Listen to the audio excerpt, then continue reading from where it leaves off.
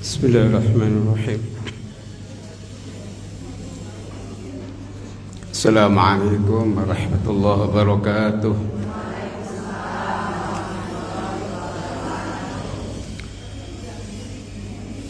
Alhamdulillah alladzi bi ni'matihi tatimmus shalihat wa bi dhikri shalihin tatanazzalu rahmatu wal barakat wassalatu wassalamu ala man ahmad bil ardi was samawati man tabi'ahum wa ala alihi wa sahbihi wa man tabi'ahum ala mamarid duhur wa sa'at ma bi'ad. Alhamdulillah wa syukurillah, puji syukur ya dan intinya kita panjatkan kepada Allah SWT. Sampai detik ini Allah masih berikan kita berbagai macam nikmat, iman, Islam, sehat, walafiat, sehingga kita bisa hadir di majelis ta'lim ini. Semoga mendapatkan ilmu yang manfaat dan berkah, amin ya rabbal alamin. Sampai mana Bu? Bab baru ya?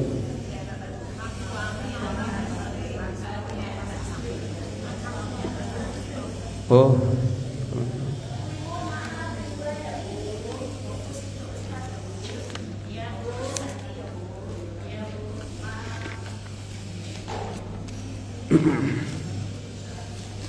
hak suami atas istri. Berarti kewajiban siapa? Enggak, berarti kewajiban siapa?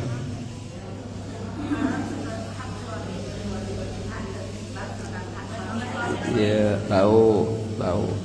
Maksudnya kewajiban siapa?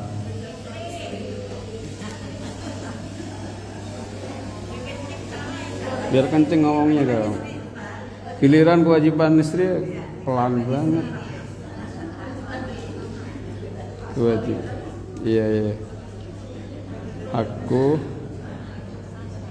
mana sih? Batasannya banyak ini jadinya. Hakku az-zawj ala, kewajiban istri terhadap suami. Mana sih? Hadis keberapa, Bu? Hah? Iya banget ini. Oh ya, sip. 145. Oh. Ya udah, 145 kita. Bab haqquz zawj 'alal mar'ah. Kewajiban hak suami yang harus dilakukan oleh istri. Qala ta'ala, bab awal bab ya? Baru awal bab. Ya. Hadis keberapa? Baru mulai. Ar-rijalu qawwamuna 'alan nisa'i bima faddalallahu ba'dahum 'ala ba'dhin wa bima anfaqu min amwalihim. Fas-salihatu qanitatun hafidhatun lil ghaibi bima hafidallah. Ayo baca.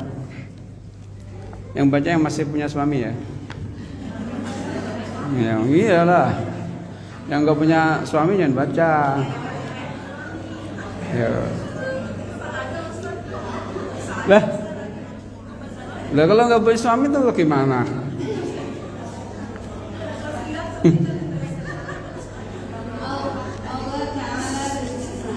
Orang laki-laki itu adalah pemimpin bagi istrinya.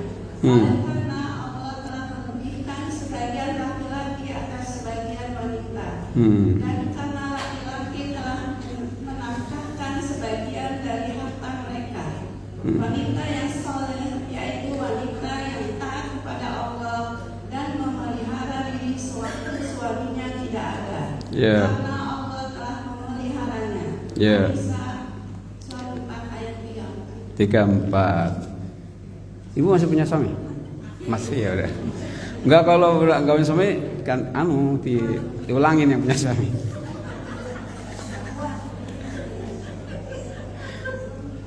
Enggak ada yang lucu kan, Bu? Kenapa tawain? Astagfirullahaladzim.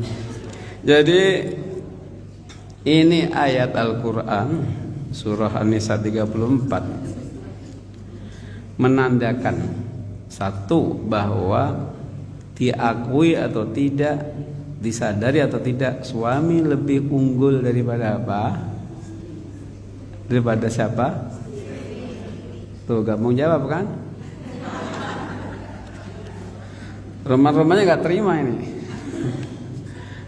Tapi nanti suami lebih unggul ada dua sebab. Kalau ini sebabnya dihilangin ya enggak, ya kalah sama perempuan. Ya. Sebab apa suami lebih unggul, lebih utama bukan lebih apa, lebih di atas. Mananya penguasa ya. Suami itu diakui atau enggak diakui penguasa rumah tangga. Sadar atau tidak sadar, mau apa enggak mau. Makanya seorang istri tidak boleh satu, omongannya melebihi suami. Ya. Kalau berkata suami baru satu dia udah 10 kata. Nggak boleh bu, nggak boleh. Bingung suaminya dia. Jadi bingung kalau istri begitu. Jadi gimana caranya ya? Nah, itu cara omongan mesti lebih dikit daripada suaminya. Suaminya lebih banyak. Yang positif loh bu. Kemudian yang kedua, volume ngomong juga harus di bawah Coba ibu-ibu, volume ngomongnya gedean mana kalau di rumah? Enggak, gedean suaminya apa gedean istrinya ngomong? Kencengnya misalnya.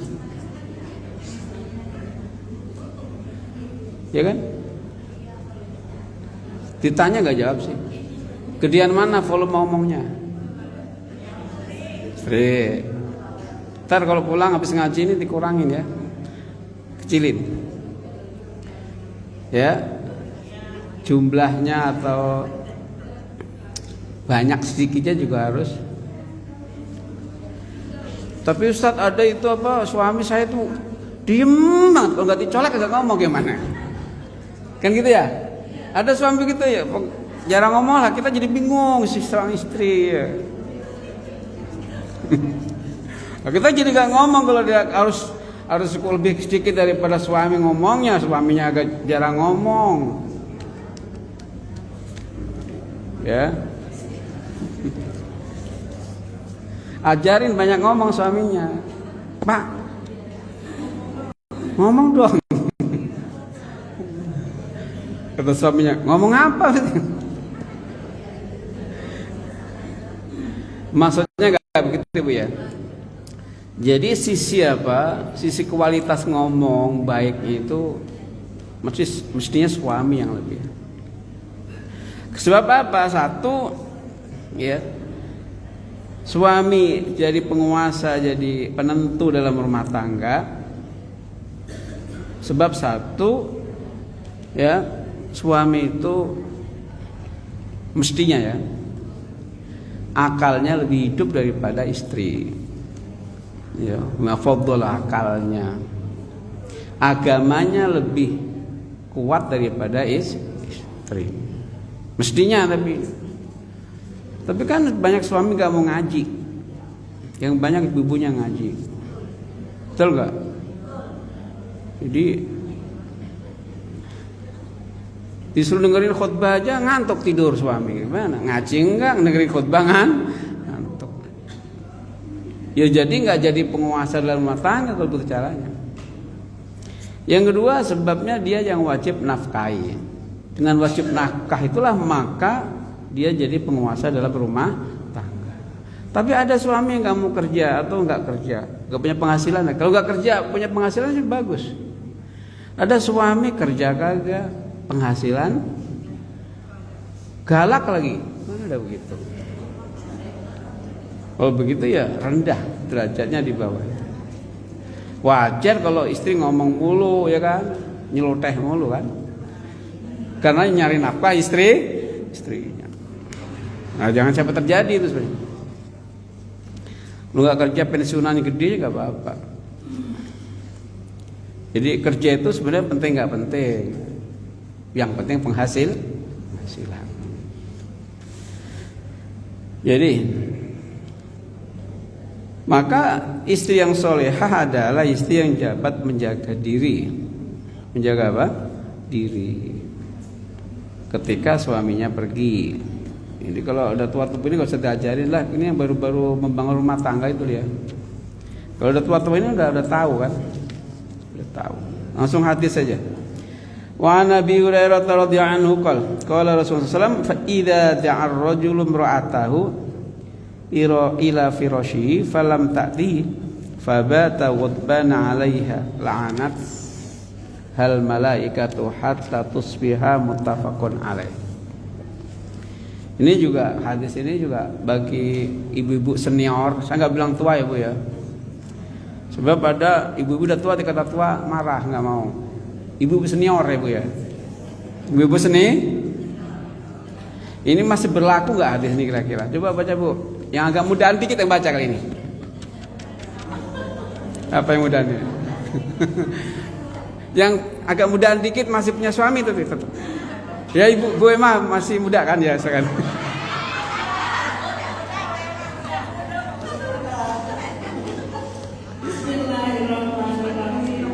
Dengerin Bu. Ya doa ya Allah. Rasulullah Shallallahu Alaihi Wasallam bersabda, apabila seorang suami mengajak istrinya untuk tidur bersama, kemudian dia tidak mau memenuhinya, lantas suaminya marah terhadap istrinya pada malam itu, maka istrinya akan mendapatkan kutukan malaikat sampai pagi hari. Katanya nih, masih berlaku gak sama ibu-ibu yang tua-tua ini? Masih?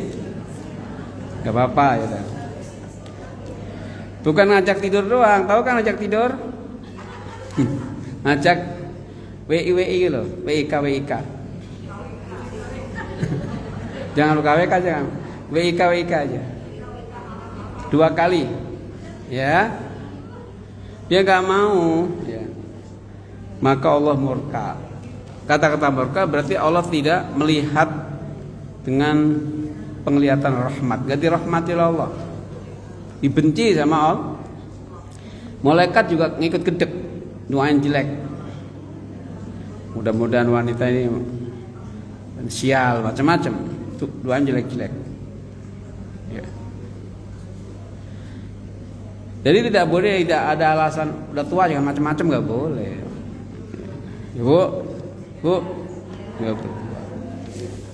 Jadi bukan sampai subuh aja maksudnya, sampai dia mau gitu. Kalau subuh itu belum mau juga, pagi belum mau, udah kalau nggak mau sebelum subuh, habis subuh habis sholat di masjid ya Pak. Ya mah gitu. Ya, jadi diajak malam nggak mau, sampai subuh nggak mau, masih dilanat oleh Allah. Kemudian apa? Sampai pagi maksudnya sampai dia apa? Mau gitu. Yusbih maknanya mau gitu. Yaudah kalau mau sebelum subuh ribet mandinya, nanti habis sholat ya, saya pulang dari masjid siap-siap. Kata istrinya, tergantung apa biasanya. Kalau repot ya enggak gitu kan, repot. Karena habis subuh bisa malah lebih repot ya, masak air macam-macam ya, nyiapin sarapan. Kata suaminya, tergantung gimana. Kalau nggak repot, nanti saya kerjain gampang gitu. Ya bagus gitu. Suami harus nawin juga, repot. Nggak mau bantuin, padahal kerjaan dia gitu. Ya Bu ya. Jadi sampai dia mau, sampai sore nggak mau, ya terus dilaknat oleh malaikat. Masih doain jelek oleh malaikat. Sampai mana terjemahan sampai subuh itu mana? Sampai dia mau. Paham Bu? Rumahnya nggak mau dengerin, ini menantang udah tua-tua. Sampai dia mau. Paham Bu Yati? Benar.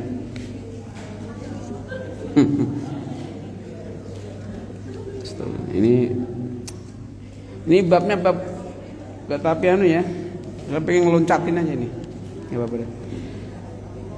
Wa fi riwayatin lahu ma idza batatil mar'atu hajiratan firasha zawjiha la'anat hal malaikatu hatta tusbih. Lanjut dalam satu riwayat.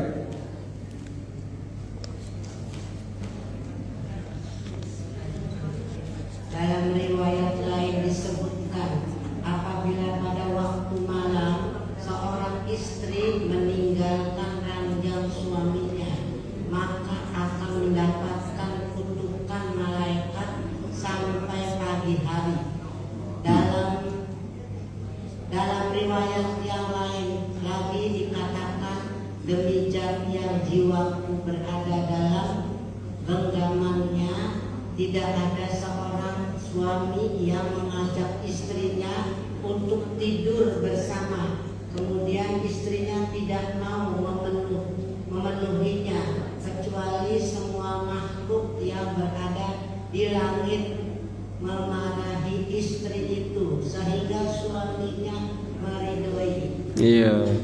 Tapi kalau semuanya nggak apa-apa deh, kalau nggak mau ya nggak apa-apa. Itu. Ini maksudnya, jadi kalau suaminya nggak ridho, kalau suami ridho, gampangan, adem ayem, baik banget, soleh banget, ya nggak dilaknat oleh Allah. Makanya untung kalau punya suami yang ridhoan atau pangkat apa? Ridhoan apa? Ya, misalnya gampangan gitu ya, gampang. Untung. Kalau suami dikit-dikit, kalau gak dikasih ngambek, marah, wah ini ya rezekinya begitulah. Kan suami beda-beda. Ada yang semalam ngajak sampai 3 kali, ada tiap malam lagi. Itu yang lagi viral di Jawa Timur, Pak Kiai, kan yang istrinya. Sebenarnya nggak perlu ceritain, sebenarnya nggak bagus juga ya. Apalagi sampai viral begitu ya. Seorang kiai itu loh yang viral di Jawa Timur. Udah nggak usah ceritakan nanti jadi. Kata dia semalam bisa 3 kali. Udah 3 kali habis subuh nambah lagi, bro. Ada. Kalau gitu ya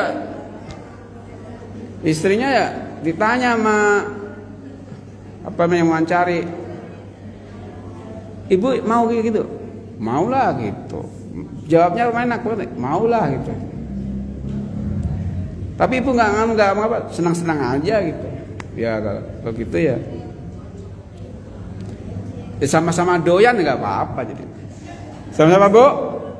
Sama-sama doyan. Ini yang repot kan kalau suaminya istri nggak tapi mau, ya suaminya sangat mau. Insyaallah itu. Tapi sebenarnya bahaya dalam Islam itu. Ada apa? Di antara yang merusak diri itu adalah satu, hobi minum khamr itu membinasakan, merusak. Yang kedua adalah di antaranya itu dikit-dikit gituan itu bahaya. Bahayanya apa? Merusak dirinya. Ya. Bahayanya banyak kalau istrinya nggak mau diapain dia? Digesekin di batu kurang enak ya kan? Istrinya nggak mau, coba mau gimana? Mau kawin lagi nggak boleh loh, kan bahaya itu. Jadi istrinya nggak tapi mau, suaminya apa? Hobi mau. Ya maka. Jadi alhasil sama-sama ngerti lah Bu ya. Bu, suami harus ngertiin, istri harus ngertiin. Paling enak itu. Kalau nggak sama ngerti nggak enak aja. Nawin. Kenapa istri kok nggak mau? Mesti suami juga belajar itu. Belajar. Jangan langsung aja, marah aja. Saya kan suami, wah, memang suami, saya bilang enggak. Wa Nabi Hurairah radhiyallahu anhu aidan anna Rasulullah sallallahu alaihi wasallam la yahillu limra'atin an tasuma wa zawjuha syahidun illa bi'idnihi wa la ta'danu fi baitihi illa bi'idnihi muttafaqun alaihi wa hadha lafdzul Bukhari. Ayat siapa? Dari Abu Hurairah radhiyallahu anhu bahwasanya Rasulullah SAW bersabda, seorang istri tidak diperkenankan untuk berpuasa sunnah bila suaminya ada kecuali dengan izin suaminya, dan juga tidak diperkenankan mengizinkan orang masuk ke dalam rumahnya kecuali dengan izin suaminya. Iya, ini kewajiban istri satu taat kepada suami. Mananya puasa sunat bagi seorang istri hukumnya haram kalau sang suami tidak mengizinin. Kenapa gak ngizinin? Ini juga jangan mentang-mentang suami jadi pengusaha rumah tangga asal dikit puasa gak boleh. Jangan begitu juga suami. Ya. Gak boleh juga, harus ngimbangin juga. Asal puasa sunat gak boleh, puasa sunat gak boleh. Maksudnya, ya puasa sunat gak boleh tanpa izin suami. Dikhawatirkan nanti suami apa? Di saat malam gak butuh, siang butuh. Bisa jadi gak itu? Bisa malam gak pengen sampai begitu, siang pengen amat ini gitu. Istrinya puasa, suami bilang jangan puasa mah. Enggak, saya tetap puasa. Enggak bisa. Puasa. Ini puasa sunat ya Bu ya, bukan puasa qadha. Puasa sunat, bukan puasa wajib. Lagi juga suami itu jangan sampai dikit-dikit gak izinin, mentang jangan boleh juga. Ya, istri kan pengen punya tambahan. Tambahan apa? Ibadah. Tambahan pahala ibadah. Maksudnya tahu kalau istrinya Senin Kamis misalnya puasa, tahu ya mesti butuhnya selain Senin Kamis atau malam hari gitu. Mesti begitu diatur, suami mesti bisa. Bila lagi puasa aja ngekrek apa? Ya suaminya. Karena ngekrek Bu. Atau ngekrek apa deh? Ngekrek itu ya merayu-merayu banget tuh loh. Nah, jangan juga gitu. Ini hadis begini amat ya untuk kita ya. Babnya kurang pas ya Bu ya? Pas gak? Iya, jadi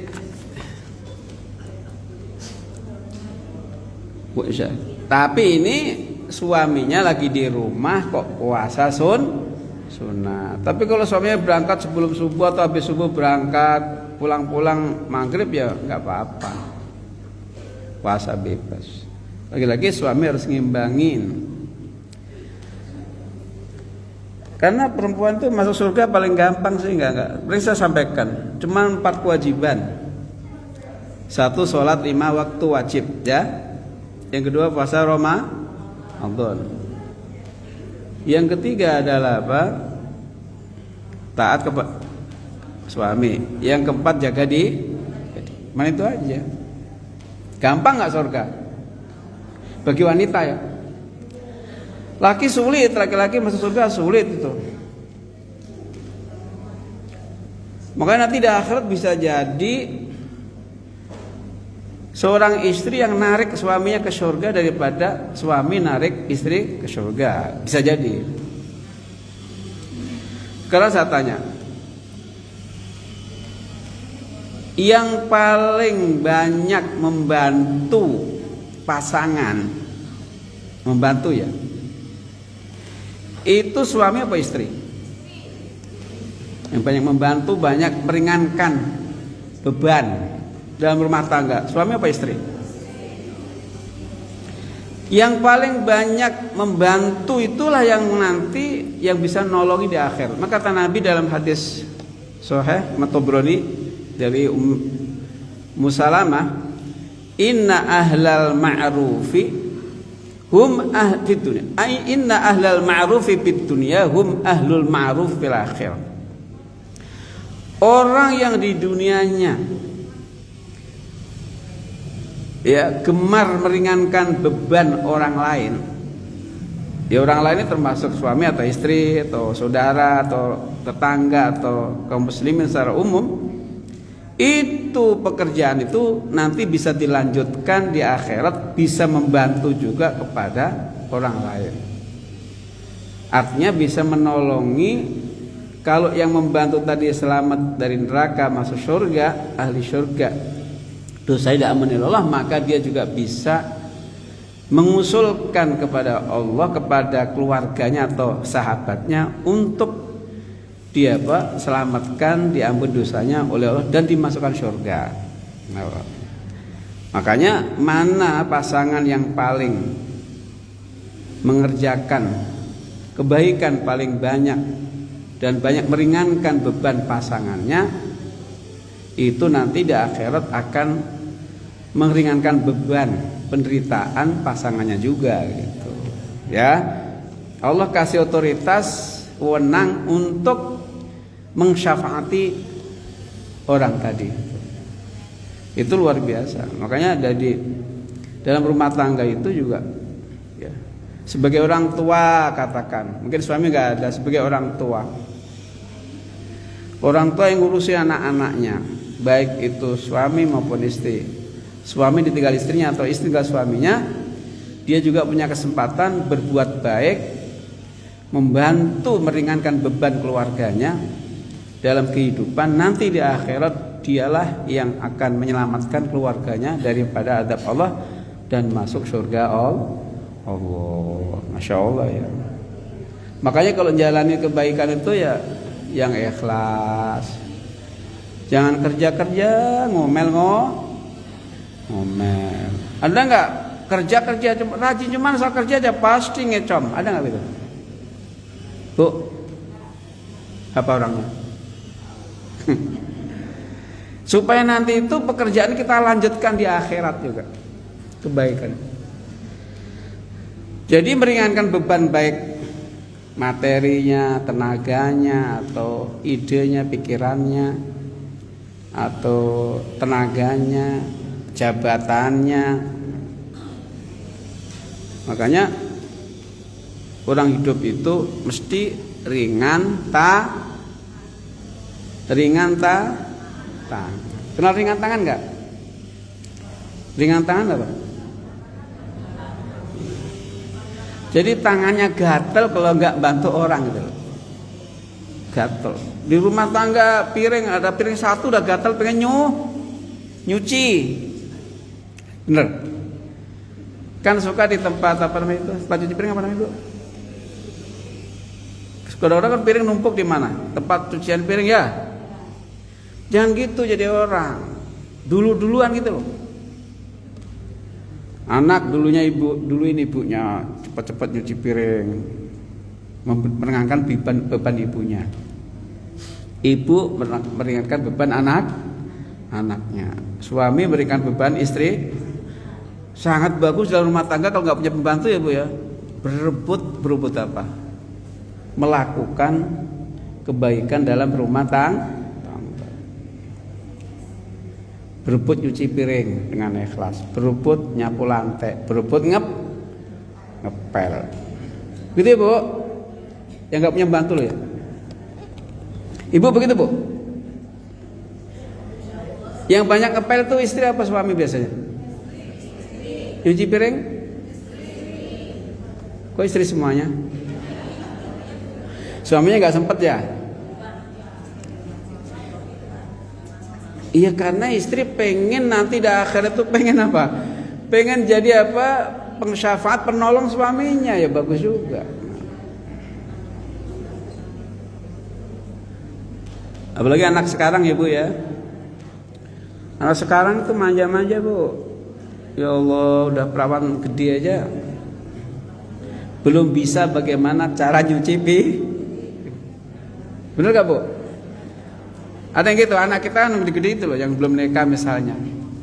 Udah selesai kuliah, itu ada yang nggak bisa nyuci, belum bisa nyuci piring, ada nggak begitu? Ada yang gitu. Jadi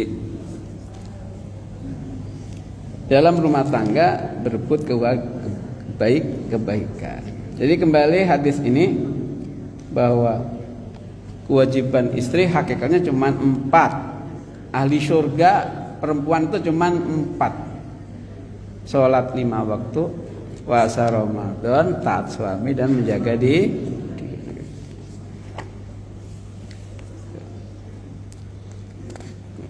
Jangan terbalik, kalau keluar wangi banget. Di rumah ya Allah, boro-boro ceprotin minyak wangi. Tiap detik bau bawang terus. Ya, yang itu.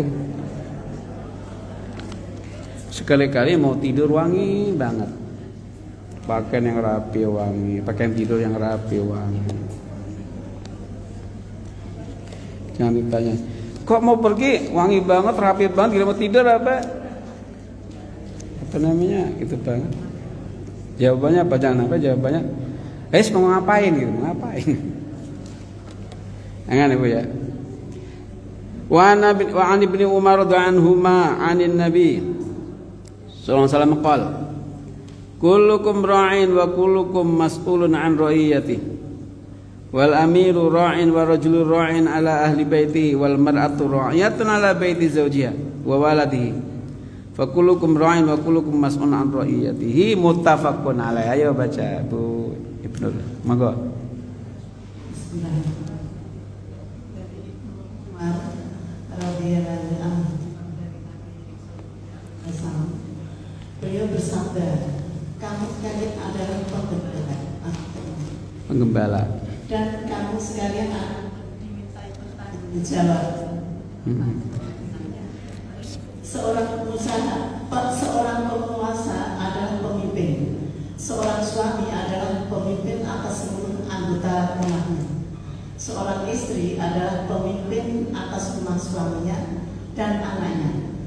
Kamu sekalian adalah pemimpin dan kamu sekalian akan dimintai pertanggungjawaban atas kepemimpinannya. Iya. Jadi semua kita ini pemimpin. Cuman tingkatan pimpinannya beda-beda. Ada pemimpin dunia. Siapa pemimpin dunia? Pemimpin dunia siapa? Allah. Untuk sekarang ini umat Islam pemimpin dunianya siapa? Belum ada. Kalau Kristen apa? Pimpinan dunianya Paus. Islam belum ada. Kalau dalam Islam disebut khalifah. Khalifah itu pimpinan umat Islam sedunia. Kita belum punya.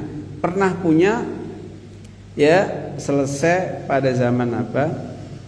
Yang pasti ya, selesai pada zaman Ali bin Abi Thalib. Selesai. Itu pimpinan khalifah. Khalifah pimpinan pertama adalah Rasulullah, kedua Abu Bakar, ketiga Umar, ketiga keempat Utsman bin Affan, yang kelima Ali bin Abi Thalib. Ditambah sedikit waktu itu Hasan bin Ali beberapa bulan. Ya.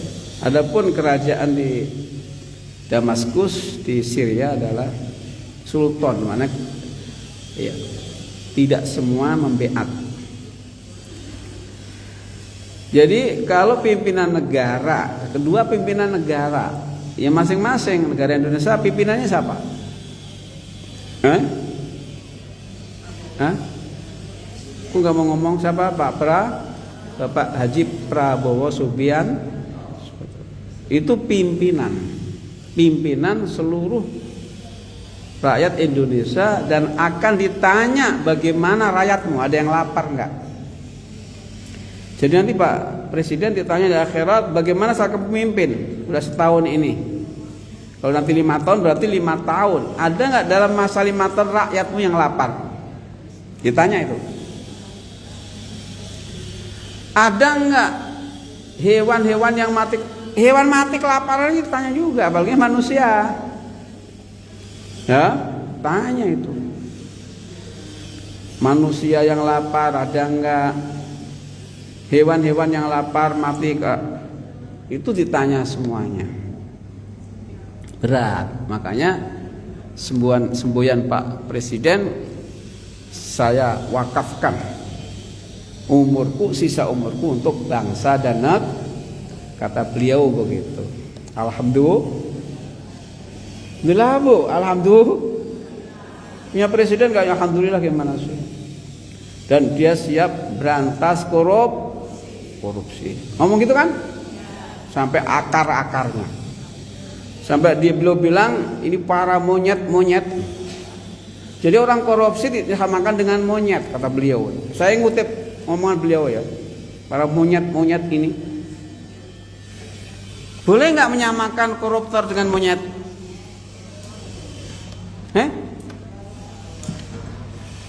Menurut Allah gitu. Bukan hanya boleh, kecil disamakan dengan monyet, koruptor kecil. Sebab monyet ini nyolong paling, pernah nggak ada monyet nyolong pisang setandan gitu? Enggak, berapa nyolong? Hipotek 1 ya kan? 2, 3. Ya, enggak pernah satu tandan dipanggul sama monyet, enggak ada itu, enggak kuat ya juga. Mungkin. Enggak kuat apa enggak mau dia. Dia pikir-pikir mungkin ya. Ya, kesian yang punya nanti enggak apa. Enggak ngerasain. Itu monyet. Apalagi sampai korupsi ya pada nyolong sama pohon-pohonnya dipikul malah enggak. Itu monyet. Sekarang manusia. Kalau nyolong seapa? Manusia seapa nyolongnya? Korupsinya seapa? Bukan hanya jutaan, bukan hanya miliaran, triliunan. Sampai tempatnya juga korupsi dimiliki itu. Ya, bukan hanya korupsi ikan yang ada di laut. Lautnya pun dikorupsi. Makanya kecil kalau disamain dengan monyet. Di Al-Quran tuh ada manusia-manusia yang seperti hewan lebih hina daripada Ada nggak Al-Qurannya? Dibuka surah Al-A'raf ayat 179. Al-A'raf 170. وَلَقَدْ ذَرَأْنَا لِجَهَنَّمَ كَثِيرًا مِنَ الْجِنِّ وَالْإِنسِ وَلَقَدْ ذَرَأْنَا لِجَهَنَّمَ كَثِيرًا مِنَ الْجِنِّ وَالْإِنسِ لَهُمْ قُلُوبٌ لَا يَفْقَهُونَ بِهَا وَلَهُمْ أَعْيُنٌ لَا يُبْصِرُونَ بِهَا وَلَهُمْ آذَانٌ لَا يَسْمَعُونَ بِهَا Ulaika kal an'ami bal hum adall. Ulaika humul ghafilun. Benar enggak? Iya. Coba dibaca Bu artinya Bu. Menyamakan koruptor dan lain sebagainya yang jahat dengan hewan. Itu ayatnya. Baca Bu, siapa yang membaca? Ini boleh enggak punya suami, boleh punya suami. Bebas. Ayo. Ini spekernya kurang bagus. Ayo Bu, monggo. Kemudian dia soleh. 179.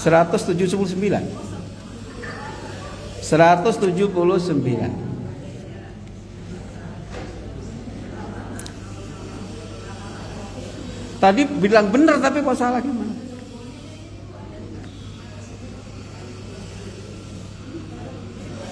Al-A'raf surah 7.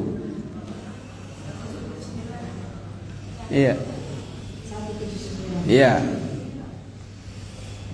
Dan sesungguhnya kami jadikan untuk isi neraka jahanam kebanyakan dari jin dan manusia. Mereka mempunyai hati tetapi tidak dipergunakannya untuk memahami ayat-ayat Allah. Dan mereka mempunyai mata tetapi tidak dipergunakannya untuk melihat tanda-tanda kekuasaan Allah. Dan mereka mempunyai telinga tetapi tidak dipergunakannya untuk mendengar ayat-ayat Allah. Mereka itu seperti binatang ternak, bahkan mereka lebih sesat lagi. Mereka itulah orang-orang yang lalai. Iya. Umumnya binatang ternak, tapi enggak hanya itu, seperti binatang. Jadi neraka nanti akan dipenuhi oleh Allah, isinya satu jin, yang kedua manusia, dipenuhi. Ya. Siapa mereka itu? Satu, manusia yang punya ciri ada akalnya, ada hatinya, tidak untuk memahami, tidak untuk berpikir, memahami ayat Allah, kemudian diamalkan. Mencuri hukumnya haram, nggak dipahami. Kemudian punya mata tidak untuk melihat ayat atau untuk nggak melihat dalam kebenaran, tidak untuk melihat kebenar.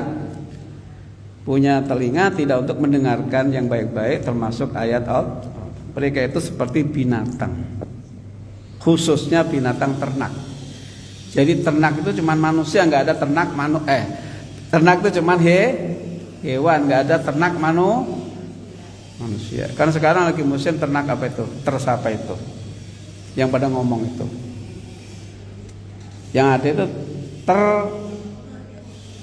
terwan apa? Ternak hewan. Tidak ada nggak ada.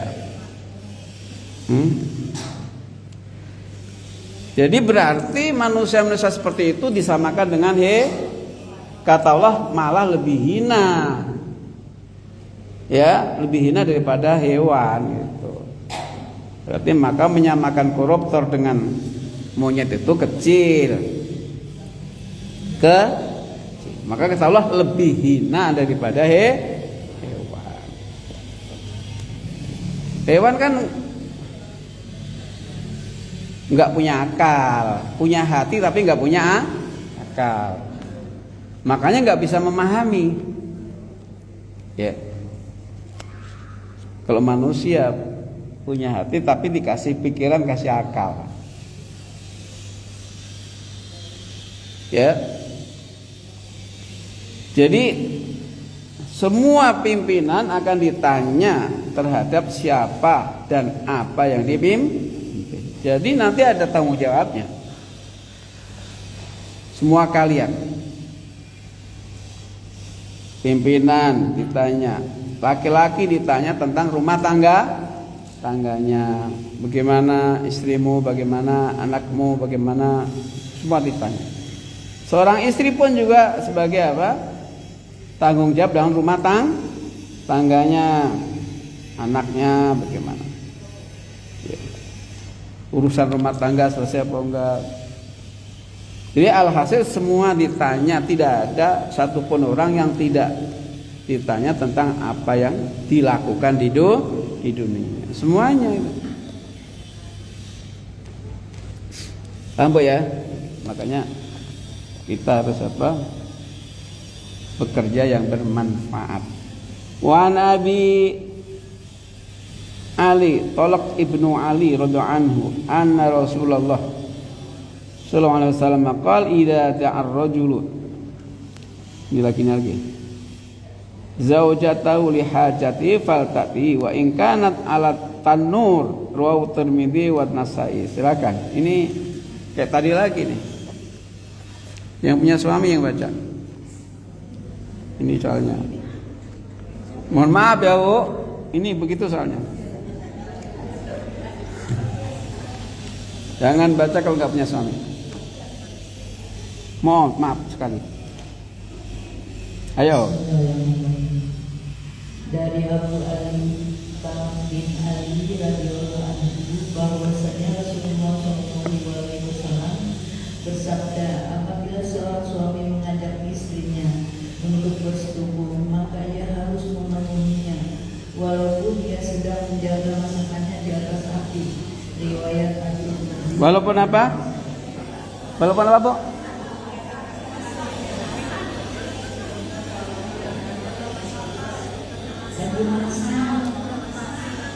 Enggak, tadi terjemahnya gimana tadi? Walaupun terjemahnya tadi apa? Walaupun itu tadi. Walaupun apa tadi? Apabila seorang suami mengajak istrinya untuk bersetubuh, maka ia harus memenuhinya walaupun ia sedang menjaga masakannya di atas api. Iya, artinya lagi masak, lagi sibuk masak. Bukan ngerjain di atas api, bukan. Itu maksudnya. Meskipun istri sedang lagi sibuk gitu loh maksudnya. Jadi kalau ditarik sama suaminya dibawa ke kamar harus mau itu. Lagi masak, Pak, nggak mau urusan itu, nggak tahu urusan. Pokoknya harus. Maksudnya begitu gitu.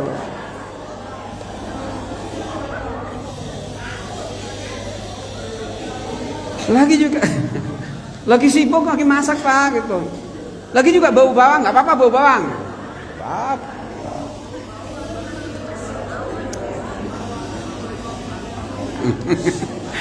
Ya Allah, rame amat sih. Ini hadisnya begitu sih. Udah, kita lanjutin aja deh, biar cepat selesai nih. Biar nggak ini aja ini. Wa Nabi Hurairah radhiyallahu anhu anin Nabi sallallahu alaihi wasallam qala, "Lau kuntu amiran." Ini kan judulnya kan kewajiban istri terhadap suami. Kuntu amiran ahadan. Lau kuntu amiran ahadan ayasuda li ahadin la amartul mar'ata anta suda li zawjiha. Rawahu Tirmidzi wa qala haditsun hasan sahih kan. Ayo.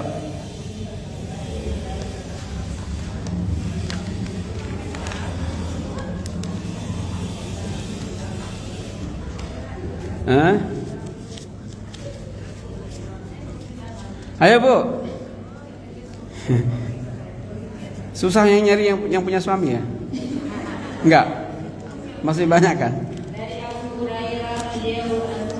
Ya. Dari Nabi sallallahu alaihi wasallam beliau bersabda, seandainya aku boleh menyuruh orang untuk bersujud kepada seseorang, niscaya aku menyuruh seorang istri untuk bersujud kepada suaminya. Riwayat At-Tirmidzi. Iya, andekan sujud manusia kepada manusia itu boleh.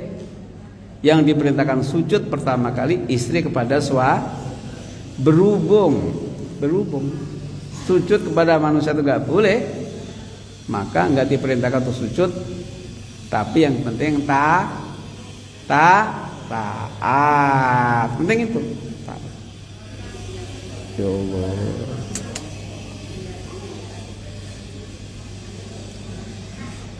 Taat penting, Bu. Masih taat kan, Bu? Sujud.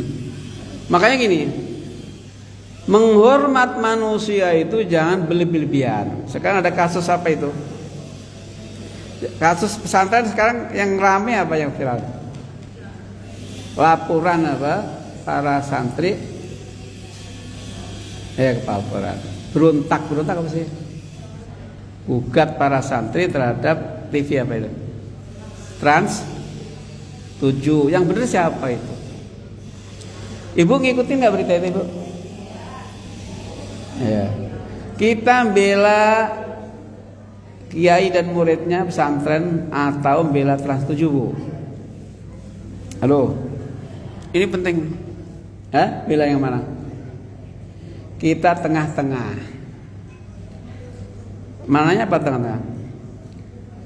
Sebagai pihak Trans 7 ini jangan suudzon terhadap para kiai yang katanya hidupnya memperbudak santri, menumpuk kekayaan, tidak ada cerita kiai punya santri itu numpuk kekayaan dari murid, tidak ada ceritanya. Kalau ada santri berhadiah kepada kiai itu sukarela, dan tidak semuanya, paham? Apalagi yang dituduh itu pesantren Lirboyo, Kiai Lirboyo. Kiai Lirboyo itu yang dulu Kiai Makhrus itu kekayaannya luar biasa, tebunya itu berhektar-hektar di sawah itu, tidak pernah mungut hasil dari apa? Santri. Kalau ada hadiah itu pun juga untuk bangun pesantren, untuk apa gitu. Namun juga para kiai ini jangan doktrin santrinya untuk menghormat tapi berlebih-lebih. Seperti santri sampai ngesot, ya, ngesot dulu gini, sampai menyamai dengan sujud, nunduk-nunduknya tuh sampai ngesot, ada kan? Itu juga jangan. Sekedar cium tangan, menghormat bolak-balik itu boleh. Tapi kalau santrinya menghormat sampai ngesot, dikasih tahu yang biasa saja. Ini kan mau ketemu kiai kan pada jalan ngesot tuh, benar nggak? Itu namanya berlebihan. Ya, itu juga kurang bagus karena berlebihan seakan-akan ya melebihi sujud, ya itu nggak boleh. Karena sujud kepada manusia tadi tidak boleh. Andaikan boleh, istrilah pertama kali yang disuruh sujud kepada siapa? Suami. Jadi menghormat harus, mentakdimkan harus, tapi yang berhadiah juga wajar. Tapi kalau memerintahkan mewajibkan, enggak tengah. Makanya Trans 7 juga jangan nuduh bahwa mobil bagus, rumah bagus. Ini kiai bangga, nggak ada yang bangga. Jadi kiai rumah bagus, mobil bagus itu nggak ada yang bangga, biasa aja gitu. Rata-rata kiai itu yang terutama kiai pesantren itu punya apa saja tapi nggak merasa punya, ya nggak merasa punya. Makanya kiai-kiai yang kemarin ini kita ngikuti bagaimana punya apa saja silahkan, asalkan caranya benar dan hendaklah jangan merasa punya apa-apa. Itu mestinya begitu, sehingga dia punya mobil tidak bangga, tidak nggak merasa punya. Sekedar kalau dia mau kemana, kita mau kemana, ya gampang. Hujan nggak kehujanan, panas nggak panasan. Jadi nggak ada. Makanya juga terus demo sampai berlebihan juga kurang bagus juga. Yang namanya manusia adalah punya salah. Ya diselesaikan dengan baik. Jangan langsung berdemo yang berlebihan juga kurang bagus. Kita ini hidup di zaman yang serba diadu domba. Blok ini antar ini, ya, kelompok ini antar, terus diadu domba. Cuman kita nggak sadar-sadarnya gitu. Jadi alhasil sujud kepada manusia tidak boleh. Yang boleh menghormat tapi dengan cara yang wajar. Tidak boleh berlebihan, takut nanti mengkultuskan. Kita selesaiin babnya ini, hadisnya biar selesai. Wa an Ummi Salamah radhiyallahu anha qalat qala Rasulullah sallallahu alaihi wasallam ayyuma imra'atin matat wa zawjuha anha radin dakhalatil jannah, rawahu Tirmidzi wa qala haditsun hasan. Silakan. Ini yang baca bebas, punya istri enggak, punya suami enggak bebas. Punya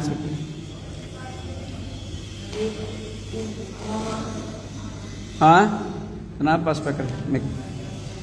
Moga Bu? Dari Ummu Salamah radhiyallahu anha berkata, Anha, ya. Rasulullah SAW bersabda, Iya. setiap istri yang meninggal dunia sedangkan suaminya meridhoinya, niscaya dia masuk surga. Riwayat At-Tirmidzi. Nah, ini untuk yang istrinya meninggal duluan, suaminya masih ada. Cara boleh milih yang mana, Bu? Ibu pengen meninggal duluan apa suami? Cara pilih-pilihan. Menurut hadis ini. Ayo kita pelajari sama-sama. Menurut hadis ini yang bagus meninggal duluan istri apa suami?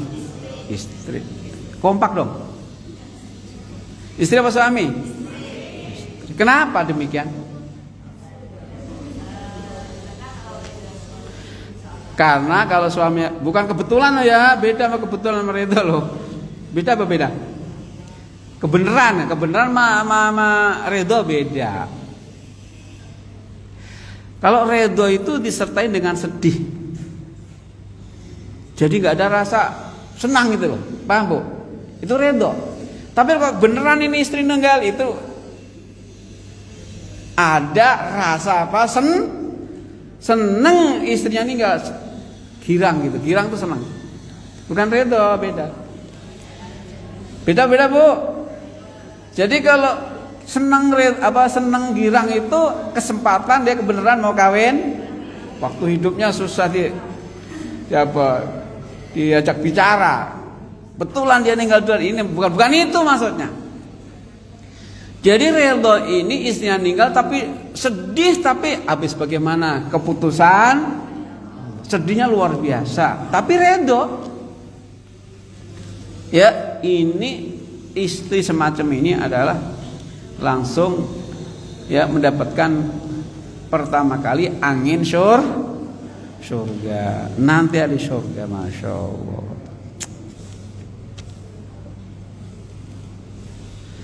Ya, ini hadis begini. Ya. Tapi ada nggak suami yang istrinya meninggal dia senang banget? Ada nggak? Nggak tahu ya.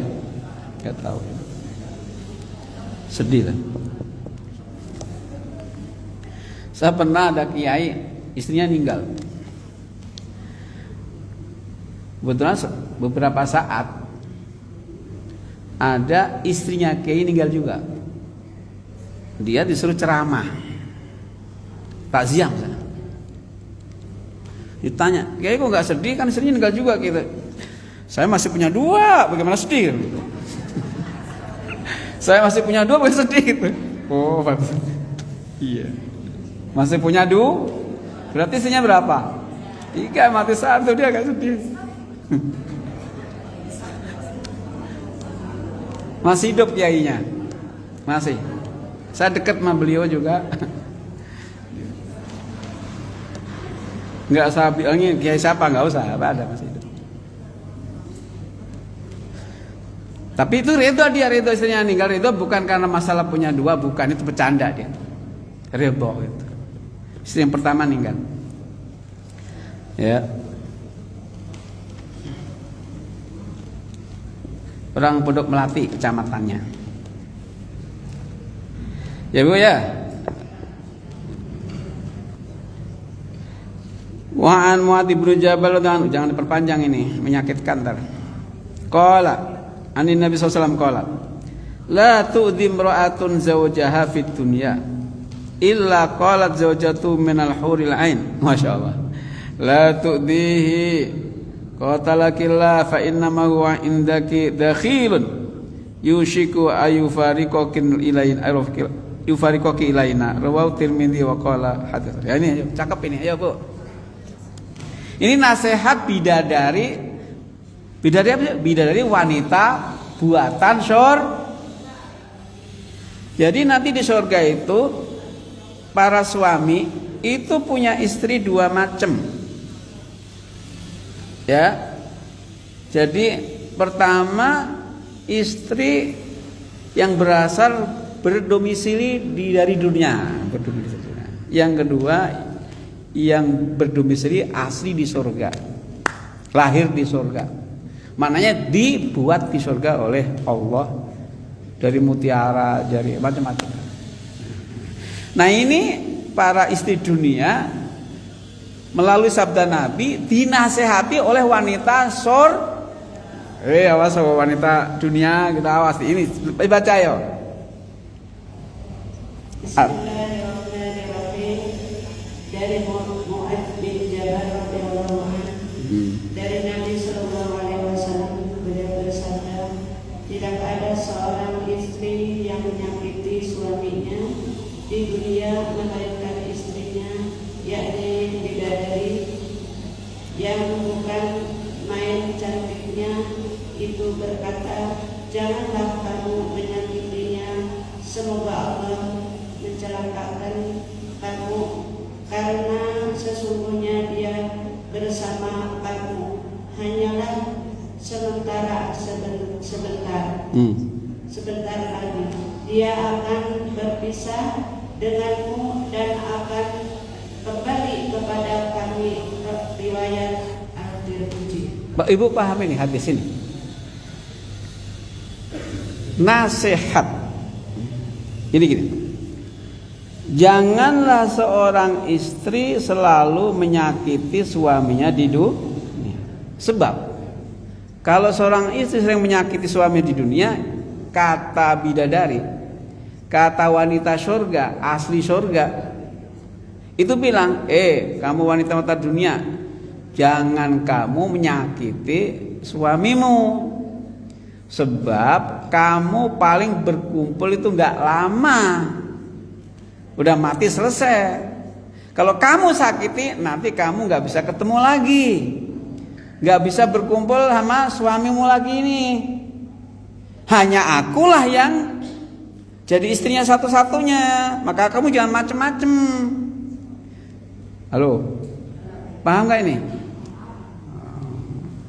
Jadi tolong yang punya suami hati-hati supaya nggak ya, suaminya nggak diambil siapa bidadari, dikuasai.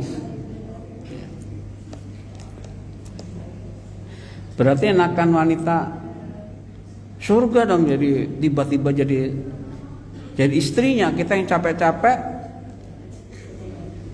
Bu. Makanya nanti ya yang jadi penguasa dalam rumah tangga para istri ini adalah ratunya, itu adalah istri dari dunia. Paham Bu? Karena sudah malang melintang ya, menjelajahi dunia sampai menuju ke surga itu tidak gampang. Kalau mereka kan langsung di surga. Makanya nasihat bidadari ini mana, jangan sampai kalian tidak masuk surga bersama suamimu. Tapi insya Allah ini ibu-ibu semuanya nanti berkumpul pada suaminya di surga Allah Subhanahu wa Ta'ala, insya Allah. Jangan khawatir. Saya tahu ibu-ibu ini solehah. Ya kalau ngomel mah punya batas lah. Kalau nyakitin dalam rangka cinta ya Bu ya. Saya yakin ibu-ibu yang solehah itu kalau bukan nyakitin suaminya, kalau ngomongnya banyak ya ini dan sebagainya, suka marah, suka ngomel, itu dalam rangka demi kebaikan suami, bukan untuk menjerumuskan nggak ada itu Pak, tenang aja Pak. Satu lagi selesai penutup. Wa an Usamah bin Zaid radhiyallahu anhuma anin Nabi sallallahu alaihi wasallam qala ma taraktu ba'di fitnatan hiya ad-darru 'ala rijal minan nisa, muttafaqun alaih. Penutup. Silakan. Dari Usamah bin Zaid radhiyallahu dari Nabi sallallahu alaihi wasallam, beliau bersabda, aku tidak meninggalkan fitnah sesudah aku meninggal dunia melebihi bayarnya fitnah suami daripada istrinya. Riwayat Bukhari dan Muslim. Iya, terjemahnya sih bukan itu aja sebenarnya. Godaan, fitnah itu godaan dalam hidup rumah tangga yang paling besar itu adalah istri. Godaan bagi laki-laki itu para perempuan. Pelakor. Pelakor itu yang perempuannya itu suka pelakor. Iya, pelakor. Biasa nonton YouTube jadi mungkin pelakor. Itu berarti kalau ada laki-laki yang tergoda, itu yang salah siapa? Yang goda apa yang digoda? Kalau sampai apalagi merusak rumah tangga orang ya,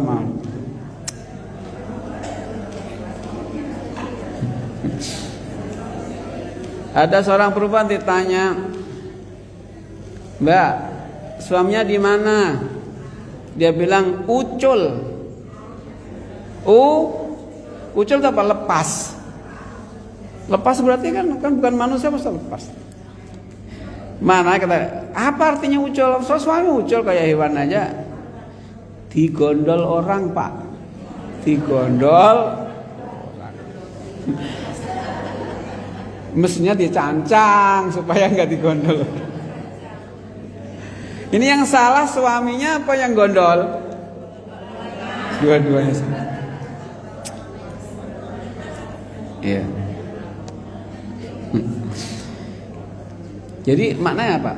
Rusaknya rumah tangga ini ya karena pihak ketiga diantaranya tidak tahan akan godaan perempuan. Berarti perempuan itu memang tipenya penggoda, yang tidak punya iman, tapi yang punya iman ya biasa-biasa. Makanya solihah itu dibutuhkan. Kayak ibu-ibu ini kan solihah, karena memang ya ahli surga ya, jadi nggak diragukan lagi itu. Tandain mulut saya, tandain.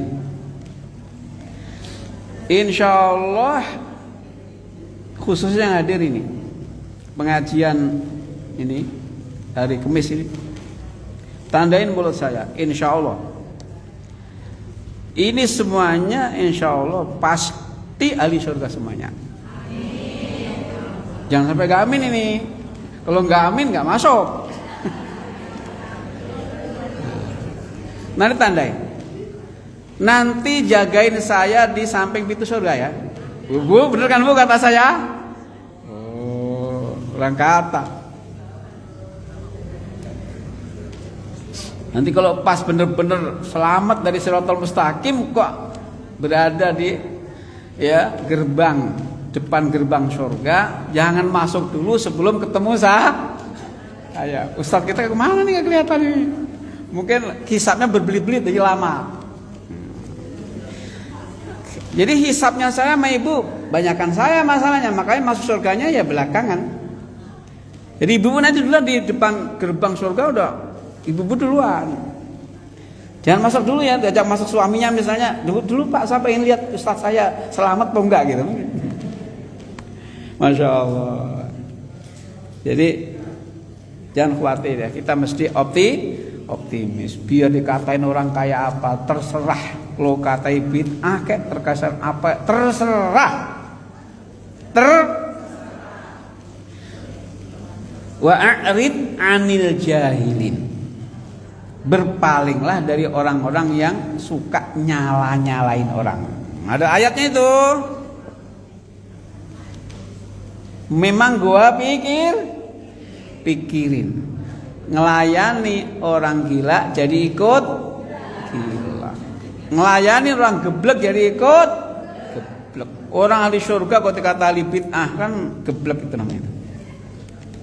Saya nggak ngatain orang ini. Kalau dikatain orang ahli neraka ahli bid'ah, terserah. Allah lah yang menentukan kita semuanya. Saya yakin kita ini ahli surga. Dan surganya insya Allah dului orang-orang yang ngatain kita.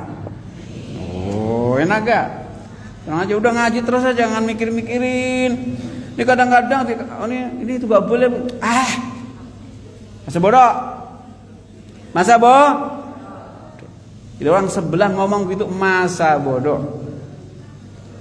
Yang punya surga siapa? Allah. Yang nonton surga siapa?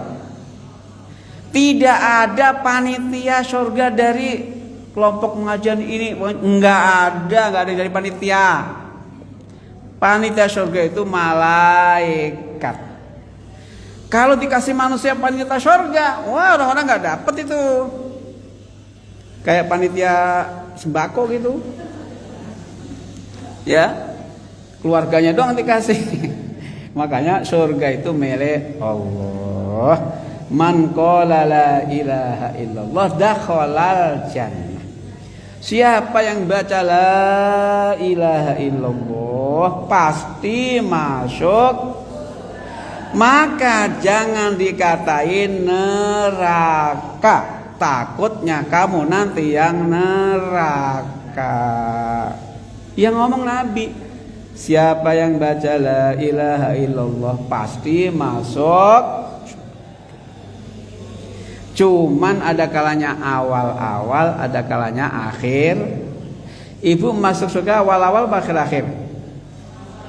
Maunya awal-awal atau akhir nanti-nanti aja? Pengen survei ke neraka dulu gitu enggak? Nah, resepnya adalah kata Nabi, man ata'ani dakhalal jannah wa man asani faqad aba.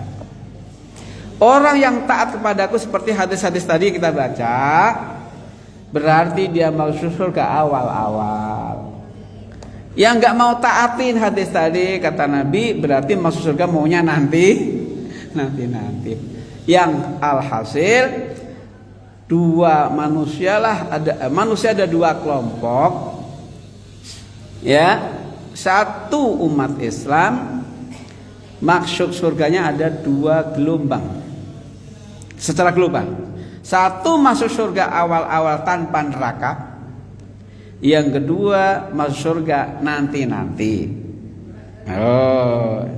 Yang kedua, kelompok kedua enggak masuk surga sama sekali. Yaitu orang-orang kafir. Dari akidah inilah maka semua kaum muslimin muslimat pasti masuk surga. Cuman ada yang awal-awal, yang ada nanti. Ibu-ibu maunya awal-awal nanti? Awal-awal. Moga awal-awal beneran ya. Orang kafir tidak sama sekali. Mudah-mudahan kajian kita ini bermanfaat. Semuanya panjang umur, sehat, berkah ya. Berkah dimudahkan lancar Allah SWT. Mudah-mudahan yang sakit segera disembuhkan keluarganya Ibu ya. Yang punya utang semoga Allah cepat bayarkan, Allah mudahkan. Mudah-mudahan husnul khotimah. Amin ya rabbal alamin. Bisirril Fatihah. Alhamdulillahi rabbil alamin arrahmanir rahim maliki yaumiddin iyyaka na'budu wa iyyaka nasta'in. اهدنا الصراط المستقيم صراط الذين أنعمت عليهم غير المغضوب عليهم ولا الضالين آمين. بسم الله الرحمن الرحيم بحق الفاتحة وبسر الفاتحة وبجاه الفاتحة بكرامة الفاتحة معجزات الفاتحة وبحكم الفاتحة نسألك بها يا الله أن تسد بها جميع ديوننا وأن تيسر بها جميع أمورنا وأن تقضي بها جميع حاجاتنا وأن تشفي أمراض المسلمين شفاء عاجلا لا يغادر سقما ونسألك بها يا الله تتقبل ما في دعونك وأن تعطينا ما سألناك أن تسلنا وعدك الذي وعدته لعبادك المؤمنين لا إله إلا أنت سبحانك إنا كنا ظالمين يا ربنا حسبنا نعم الوكيل نعم المولى ونعم النصير ربنا آتنا في الدنيا حسنة في الآخرة حسنة وقنا عذاب النار ربنا تقبل منا إنك أنت السميع العليم وتب علينا يا إلهنا يا مولانا إنك التواب الرحيم صلى الله على سيدنا محمد صلى الله أجمعين دعواهم فيها سبحانك اللهم تحيتهم فيها سلام وآخر دعوانا ودعواهم أن الحمد لله رب العالمين. Maksimal maaf subhanallah bihamdika asyhadu an la ilaha illa anta astaghfiruka wa atubu ilaik. Wassalamualaikum warahmatullahi wabarakatuh.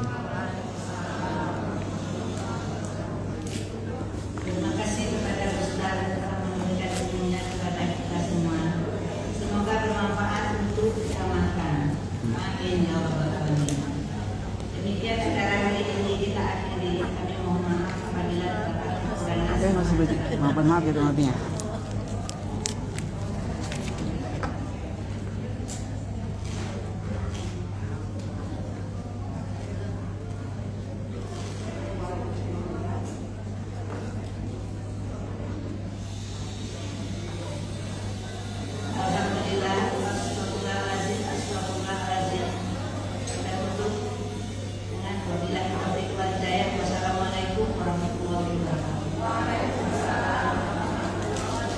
Selanjutnya kita salaman ya Ibu.